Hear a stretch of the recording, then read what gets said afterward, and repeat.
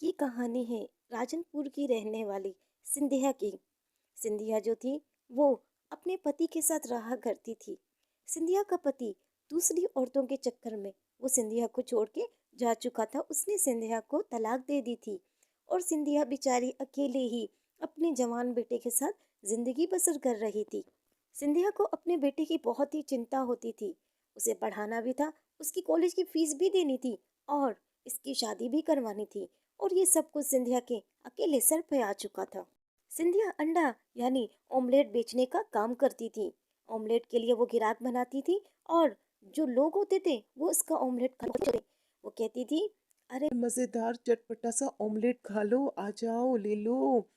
इतने में सारे ग्राहक फौरन से उसकी दुकान खुलते ही ग्राहक आगे पीछे से आते और ऑमलेट खाने के लिए तैयार होते, क्योंकि सिंधिया का ऑमलेट बहुत ही मज़ेदार और लजीज हुआ करता था। सिंधिया का जो बेटा था वो सिंधिया को इस तरह से देख के बहुत ही नाखुश होता था। वो अपनी माँ से कहता है, अरे माँ, मुझे ना बिल्कुल भी अच्छा नहीं लगता है कि मैं तुम्हें इस तरह से बाहर काम करता हुआ देखूं। माँ, आपकी उम्र हो चुकी है और आप अब भी ऑमलेट बेचने का काम कर रही हो। ये मेरे लिए बहुत ही शर्म की बात है, निहायत शर्म की बात है। लेकिन मैं क्या करूं? अरे बेटा, कुछ नहीं होता। ये सब कुछ मैं तेरे लिए ही कर रही हूँ। तू शर्मा किस वजह से रहा है? तुझे शर्मिंदगी किस वजह से हो रही है कि तू कमा नहीं सकता? अरे बेटा, जब तक तेरी माँ जिंदा है तुझे चिंता करने की जरूरत नहीं है, समझे? माँ, मैं समझता हूँ कि आप मेरा बहुत ख्याल रखती हैं, लेकिन मैं आपका बिल्कुल भी ख्याल नहीं रखता। माँ, ये उम्र आपकी रेस्ट करने की है, आराम करने की है। मैं आपकी खिदमत करना चाहता हूँ, लेकिन मैं कुछ भी नहीं कर पा रहा हूँ। मैं जॉब बहुत ढूंढ रहा हूँ, लेकिन मुझे मिलती ही नहीं है। स्टडी के साथ साथ जॉब भी ढूंढ रहा हूँ, लेकिन क्या करूँ? मैं तो तुम्हारी खिदमत भी नहीं कर पा रहा और तुम अभी तक इस उम्र में आके भी जॉब कर रही हो। अरे बेटा, अगर तू मेरी खिदमत करना चाहता है ना, तो तू मुझे एक अच्छी सी बहू ला दे। वो मेरी खिदमत करेगी और घर की भी देखभाल करेगी। ये मेरी ख्वाहिश है कि मैं तेरी जल्द से जल्द शादी देखूं। क्या तू मेरी ये ख्वाहिश पूरी करेगा बेटा? दीपक अपनी माँ से कहता है, ठीक है माँ, मैं आपकी इस ख्वाहिश को सर आंखों पे रखता हूँ और मैं कोई अच्छी लड़की ढूंढने की कोशिश करता हूँ जो मेरी माँ की भी खिदमत करे, मेरा घर भर भी संभाले और आपकी हर बात माने। माँ, मैं आपका हुक्म सर आंखों पे रख के आज ही लड़की ढूंढूंगा और शादी करूंगा। ठीक है माँ? इतने में दीपक पायल के पास आता है। पायल जो होती है वो दीपक की कॉलेज की फ्रेंड होती है। दोनों की आपस में बहुत अच्छी अंडरस्टैंडिंग होती है। दीपक जो है वो पायल से आते ही कहता है, अरे पायल, मुझे तुमसे ना कुछ बात करनी है। पायल, बात ये है कि मैं शादी करना हूँ, लेकिन मन में आए बेटा तू शादी कर ले और घर में एक बहू ले आए। तो मुझे लगता है कि तुम्हारी और मेरी अंडरस्टैंडिंग बहुत ही अच्छी है और तुम जैसी लड़की मुझे कहीं नहीं मिलेगी। क्या तुम मुझसे शादी करना चाहोगी? पायल, विल यू मैरी मी? अरे, तुम मुझसे शादी करोगी तो मैं बहुत खुश नसीब होऊंगा, वो शख्स जो तुम्हारे पति बनूंगा। हाँ हाँ दीपक। तुम जैसे लड़के को पाकर तो मैं बहुत ही धन्य हो जाऊंगी। और हाँ, मैं भी तुम्हें बहुत पसंद करती हूँ।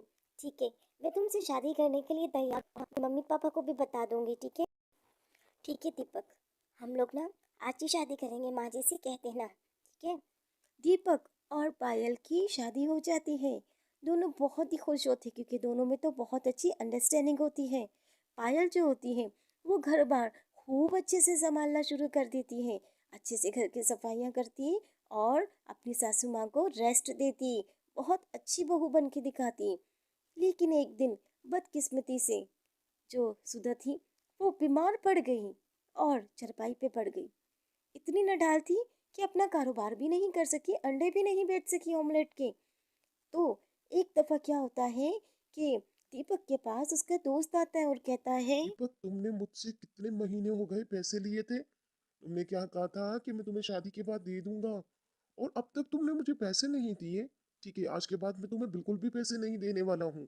और हाँ, अरे अरे अरे, देखो, तुम इससे मत करो, मैं तुम्हें पैसे जरूर दूंगा। बस पैसे का मतलब हो गया। जॉब के लिए देखो अप्लाई किया है, लेकिन किसी कोई रिस्पॉन्स नहीं आ रही। ये बात है, जिसकी वजह से हमारा अंडे का बिजनेस भी बन गया है। मैं बहुत जल्दी से करूंगा।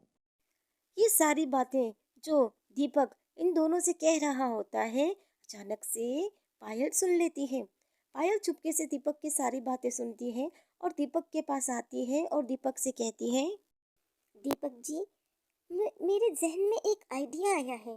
देखिए, माँ जी बहुत बीमार है। माँ जी का तो बिजनेस अच्छा चल रहा था ऑमलेट बनाने का। क्यों ना हम उस बिजनेस को फिर से स्टार्ट करते हैं।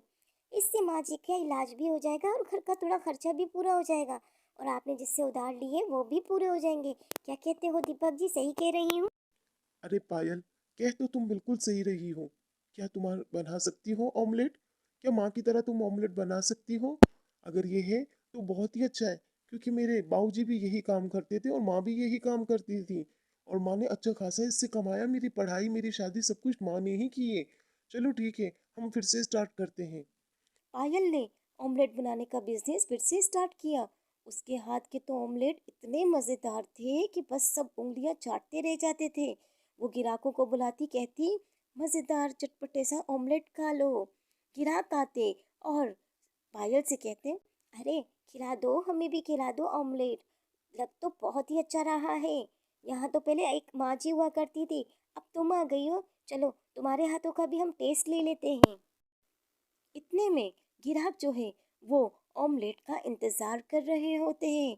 ऑमलेट तो ग्राहकों को बहुत ही पसंद आया होता है और आए दिन पायल के ऑमलेट की तारीफ तो होती ही जाती है।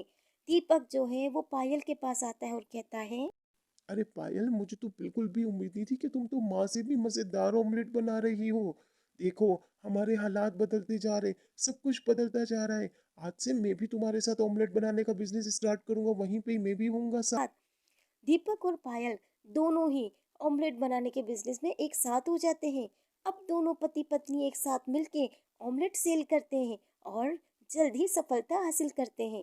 दीपक ने एक बहुत अच्छा सा घर ले लिया होता है और एक झोपड़ पट्टी से वो एक हसीन और खूबसूरत से बंगले में आ जाता है। दीपक की जो माँ होती है वो भी एक अच्छे हॉस्पिटल में एडमिट होती है और दीपक अपनी माँ का अच्छे से इलाज करवाता है। दीपक को अपनी माँ की सारी बातें याद आती हैं कि उसकी माँ ने किस तरह से उसे कहा था, अरे बेटा, तू बस शादी कर ले, बाकी सब कुछ मैं खुद करूँगी। देखना, पत्नी के आते ही, ये लक्ष्मी के आते ही ये घर कितना भागे भाग हो जाएगा। तू एक दफ़ा शादी तो कर। काम छोटा हो या बड़ा हो, अगर सच्चे मन और लगन से की हुई मेहनत हो तो भगवान भी उसका साथ देता है। माँ जी के ऑमलेट में तो माँ जी के बिजनेस को बहुत अच्छा परवान चढ़ाया था, लेकिन उसकी बहू और बेटे की मेहनत ने तो रंग ही बदल डाले। एक सफलता हो गई और एक चुड़बड़ भट्टी से एक बंगले में आ गई पूरी फैमिली।